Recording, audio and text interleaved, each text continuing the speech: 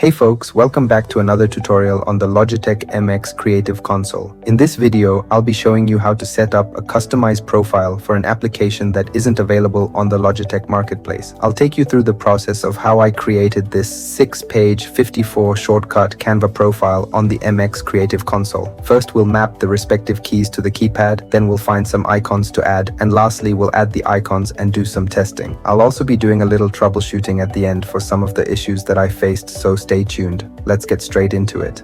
Start by making a list of your most used shortcuts. You can do a quick Google or ChatGPT search and create a table like the one I've created here. Next, we're going to map these shortcuts onto the Creative Console keypad. Open the Logi Options Plus app and select the keypad there. Click on Customize Keys, create a new profile at the top and click on Add Profile. Select the application profile if you want to map keys onto a custom application. Select Canva from your list of applications and you'll be greeted with this blank keypad. Click on the Start with a blank profile.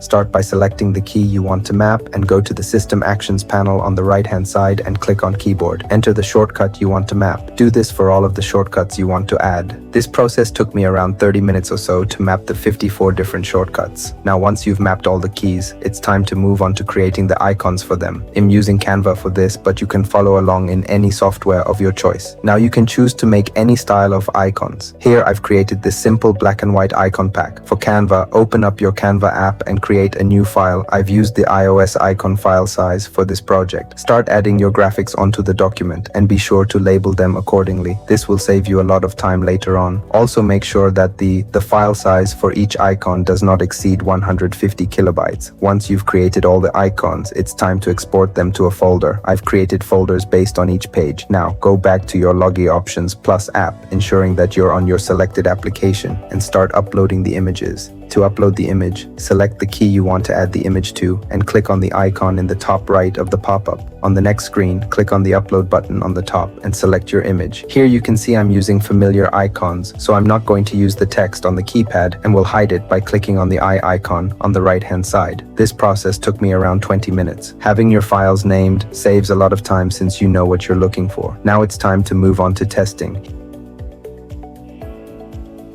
And there you have it, folks, a simple and easy way on how to create a customized profile for any app on the Logitech MX Creative Console. I'm sure Logitech will introduce these plugins to their marketplace soon, but until then, you can always create your own or save time and support me by getting a ready-to-go version on my Patreon. Okay, now let's move on to some issues that I've faced. The first was, and I still don't get why it happens, I have multiple app icons for the same app, specifically the Options Plus app and the Canva app. Make sure you're selecting the right application to solve this. Secondly, the dial pad on Canva can sometimes not work as planned, specifically when making videos. It'll start scrolling top down rather than left to right. To solve this, you'll need to map the dial pad for Canva separate as done above. Lastly, I still have not found a way to go back to my general profile while using Canva on the keypad. I'm trying to come up with a fix for this, but for now, the best strategy is to map those general keys, for example, volume, brightness, etc., onto the application profile you're using. If I missed anything out or you have a fix for the problems above, do let me know in the comments. Until next time.